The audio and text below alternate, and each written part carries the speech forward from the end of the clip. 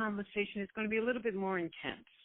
This is a colleague from many, many moons ago who has a story that I think you'll find very interesting. He's a producer-director, and his name is Frazier Prince. He has a documentary out. Frazier, this is Natalie. Thank you so much. So a few minutes ago, we were engaged in a conversation, and you were sharing with me what transpired on 9/11 that day. 9/11 experience. Yes. Yeah. So can you go back and recap and start it from the beginning? Yeah. Okay. Okay, I start from the very beginning. The sky was so blue that day. I mean, it was crystal clear.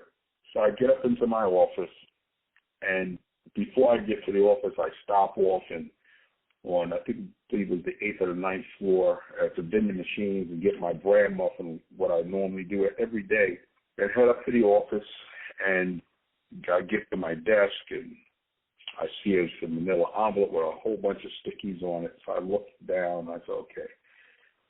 So I go over and put my bran muffin into the microwave, but I don't warm it up yet. I said, let me go and get a pot of coffee. So I went to get some water so I can start the coffee. And I said, wait a minute, you know what? Before I do all this, let me go take a look and see what the boss left on my desk on a manila envelope. So I go in and see all these stickers and everything on it. And I'm there holding my head, says, oh, man, I got to deal with this. So I'm debating whether or not I'm going to go down to the computer room where they have the hosting at for the NYPD's Most Wanted, or I'm going to have my bran muffin and coffee first. Hold on, Frazier. Before you go any further, where are you at this particular point in time? What's your location, and how close are you to the World Trade Center? I'm at work. I'm inside one police department. I'm about a block away. I'm in police headquarters. Okay. About a block away from the World Trade Center. Okay. So one of my co-workers come running in the office, and I'm sitting there at the desk, and he says the World Trade Center is on fire. I said, what? Yeah, a small plane hit it, and there's fire coming out of one of the towers. He said, does the chief know? I said, I don't know. I just got here. He said, did anybody notify him? I said, no. I said, you can go notify him. So he runs up front. And I said, okay, well, let me go downstairs and take care of this. So I go down to the computer room, a couple floors down, and saw all these other people that work in the office looking out the window. So I go say, well, let me see what they're so fascinated about. They're looking at one of the towers of the World Trade Center had this big gaping hole in the side. And I saw the fire was shooting out and debris and everything. And I was like, wow, I don't think no sprinkler system is going to put them flames out. I said, and helicopters can't even get near. How are they going to extinguish those flames? That's what I was saying to myself. So I walked away from the window and walked over to one of the technicians that's maintaining the site, the host. And I'm going over the paperwork with her, what the supervisor had asked me to go over with her in reference to the Most Wanted site, because I was the one that really put that together, which was the New York's Most Wanted on the internet. Cool. So next thing you know, I hear some of the workers in the office going, ooh. I said, what the heck? So I go run towards the window, what they were, trying to see what was going on. And that's when I saw the plane come in and just hit the second tower, and it cut through the tower like butter. And you really didn't hear anything at that point, but you felt the percussion. It was like debris was flying over towards where we were, and they were rolling up the window. Then you saw the red flag, you heard the sound. And when that happened, I was running so fast.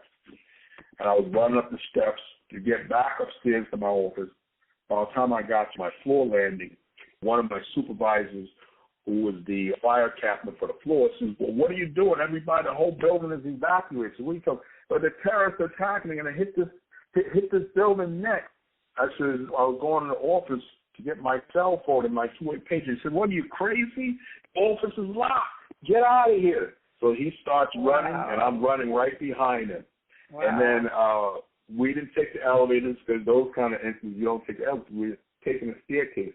And I'm running behind him, and we both are jumping down steps just to get out the building as quickly as we can. Finally, we got to the ground level, and we got to the turnstile inside police headquarters. And I was so tired that I had to crawl underneath the turnstile. I mean, I was so tired, I was hyperventilating. Finally, I picked myself up to go through the revolving doors. When I reached outside, it looked like it was snowing outside. It looked like the Poconos. I mean, it was white. All this stuff was in the air. And what happened, me and I was so tired and hyperventilated, I was breathing, and I breathed in all this stuff that was in the air. And I was coughing up a storm. I mean, it was crazy. And they got us all together. Whoever was members of the service let the civilians go home, and they started us mustering on, at the triangle they call it, on Madison, opposite the Verizon building. Murray Berkman was there too, the high school. So they had us there and trying to figure out what they were going to do. No one ever dealt with something like that before. And they were trying to figure out who was working, who was not working.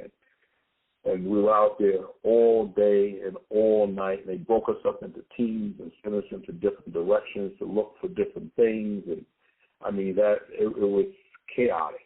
It was chaotic. It was like a war zone down there. And then actually, the next you know, one tower fell down.